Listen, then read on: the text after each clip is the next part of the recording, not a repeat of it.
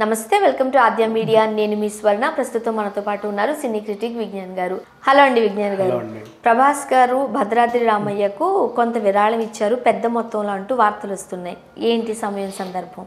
ఇప్పుడు ఎట్లా ఆదిపురుషులో ఆయన రాముడిగా నటిస్తున్నాడు కాబట్టి రాయల్టీ ఇచ్చాడని అనుకోవచ్చు. నిజంగా మంచి విషయం ఇది. I accept this. జనరల్ గా ఇస్తూ ఉంటారు సమయం సందర్భాన్ని బట్టి. అవునవును, మనకి తిరుపతికి వెళ్ళి ముడుపులు చెల్లించుకుంటారు, హుండీలో చాలా ఇస్తారు, దేవుళ్ళకి పట్టు వస్త్రాలు ఇస్తారు, కొంతమంది బాగా డబ్బున్న వాళ్ళు కిరీటాలు దాయం చేస్తారు, వజ్రాల కిరీటాలు పెడతారు, విరాళాలు కూడా ఇస్తూ ఉంటారు. ఇప్పుడు ఆయన Adipurush cinema next June 16th ఉంది, ఇంకా మా అయితే 4 రోజులు.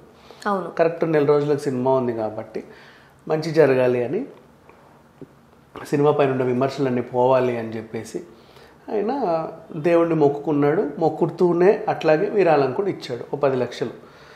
ఆయన తండ్రి ఉప్పలపాటి సూర్యనారాయణ గారి పేరు మీద 10 లక్షలు ఇచ్చారు అనమాట. ఆయన బంధువులు ఇచ్చారు ఈయన తరఫున. అవును, అంటే ఈయన ఇది కూడా కమెంట్ లో మనం చూసాము. ప్రభాస్ ఇచ్చారన్నారు, ప్రభాస్ ఫేస్ కనిపించట్లేదు ఏంటి, ఎవరో కనిపిస్తున్నారు, ఎవరో ఇచ్చిన దాన్ని ఈయన ఖాతాలో వేసుకున్నారా అంటూ కూడా వార్తలు వచ్చాయి. ఇచ్చాము అంటే పంపించినట్టే కదా, దానికి ఇంకేముంది. ఆయన ఇంకా ఏదో పనిలో ఉన్నాడు, సరే భద్రాద్రి అక్కడికి వెళ్ళి రావడం, మళ్ళీ ఒకరు సందర్భం లేకుండా జనాల్లోకి హీరో హీరోయిన్లు ఎందుకు వస్తారు? అయితే ఆడియో లాంచ్లో లేకపోతే ప్రెస్ మీట్లో అక్కడికి వస్తేనే బతకనివ్వట్ల. దేవుడి దగ్గరికి వెళ్ళినప్పుడు, దేవుడికి ఏదైనా ఇచ్చినప్పుడు మనం వెళ్ళి ఇవ్వడం కొంచెం మంచి పద్ధతి కదా, ఎవరి చేతో పంపించడం కన్నా. అట్లా ఏం లేదు, దేవుడు అర్థం చేసుకుంటాడు, ఏం ప్రాబ్లం లేదు. కాకపోతే ఫ్యాన్స్ అర్థం చేసుకోరు, అది మీరు గమనించారు. ఫ్యాన్సే అర్థం చేసుకోవాల్సింది, దేవుడైతే అర్థం చేసుకుంటాడు, ఏమీ అనుకోడు.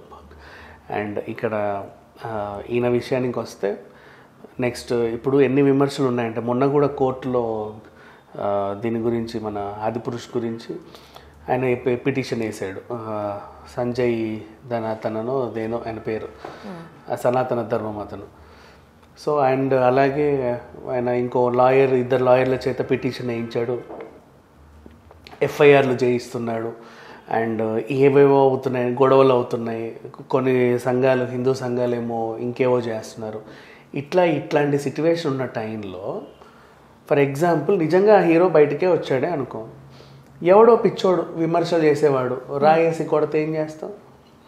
బేసిక్గా అంటే ఎప్పుడైనా సున్నితమైన అంశాలు ఇలాంటివి ఉన్నప్పుడు వాళ్ళు బయటికి రాకపోవడమే మంచిది. అండ్ నెక్స్ట్ ఆయన కూడా ఇందుకే బయటికి రాలేదని ఏం లేదు, బిజీగా ఉన్నాడు ఆయన సినిమాలలో. తను ఈ వ్యవహారం అంతా ఉంది కాబట్టి వాళ్ళ బంధువులతో చేత వెళ్ళి ఇప్పించాడు, అంతే. వెరీ నైస్ విషయం ఇది. దాన్ని అనవసరంగా వీళ్ళు వివాదం చేయాల్సిన అవసరం అయితే లేదు.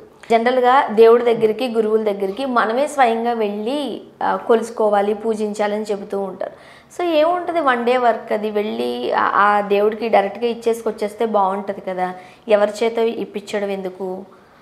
సో మీరేమంటారు మరి? అది కూడా కరెక్టే కదా? అంటే అట్లా అఫ్కోర్స్ కరెక్టే. కాకపోతే ఏంటంటే నేను ఇందాక చెప్పిన వెర్షన్ ఏంటంటే, నెంబర్ 1 ఆయన బిజీగా ఉండి వెళ్ళాల, నెంబర్ 2 వివాదాల్లో ఉంది సినిమా కాబట్టి.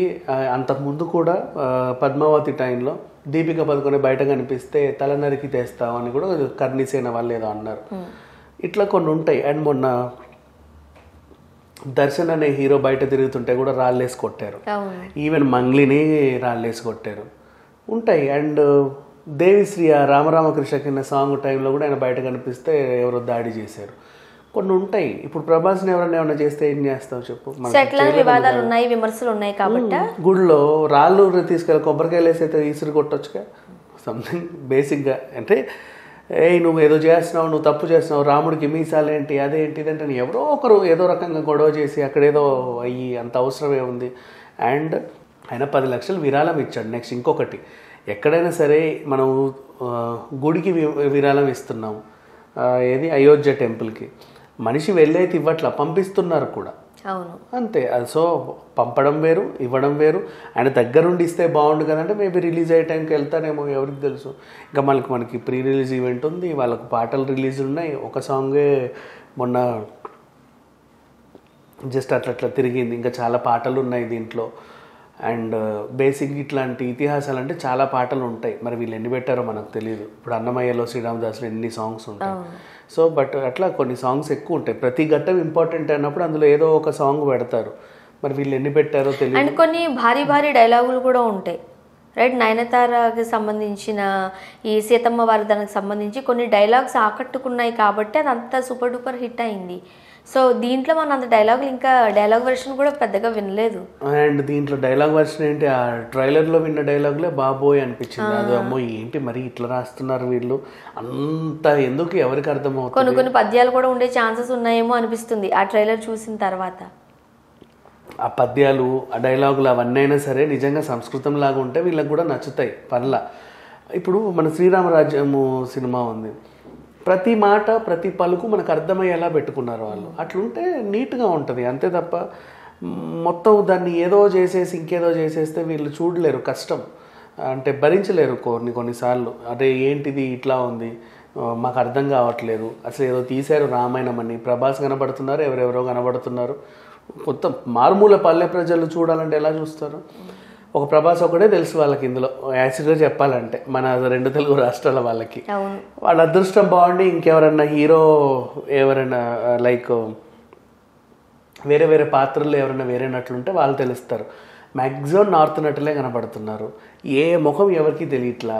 ఈవెన్ సైఫ్ అలీ ఖాన్ కూడా ఇంకా స్ట్రైట్ ఎన్టీఆర్ సినిమాలో ఉన్నప్పటికీ స్ట్రైట్ తెలుగులో ఇంకోటి చేయలే. ముఖ్యంగా ఇలాంటి సినిమాల్లో మనం చూసిన ముఖాలే మనకు కావాలి. అవును, తెలుగు ముఖాలు. ఇప్పుడు అంటే అదొక డైజెషన్. ఇప్పుడు శ్రీరామరాజ్యం ఇట్లాంటివి తీసుకున్నా సరే, ఇప్పుడు లక్ష్మణుడుగా శ్రీకాంత్ ఉన్న యాక్సెప్ట్ చేశారు జనాలు. సమీర్ ఉంటాడు, శ్రీకాంత్ రాముడైతే. నెక్స్ట్ సుమన్ ఉన్నప్పుడు మళ్ళీ వీళ్ళు కొంతమంది పక్కన ఉంటారు. సీతగా కూడా కొంచెం ఫేడ్ అవుట్ అయిపోయిన హీరోయిన్లను పెట్టినా సరే తెలుగు వాళ్ళనే పెడతారు.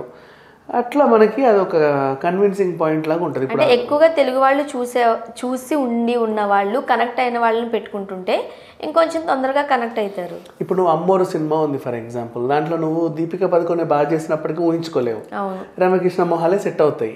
ఇంకా రమ్యకృష్ణ వదిలేస్తే ఓ టీవీ సీరియల్ ఆర్టిస్ట్ని పెట్టిన వాళ్ళు ఇట్లా చూస్తారు అంతే తప్పితే నార్త్ మొహాలు ఎవరా ఈమె అమ్మోరికి చెప్పేసింది ఇట్లుంది ఏంటి అనుకుంటారు. సో ఇవన్నీ ఉంటాయి.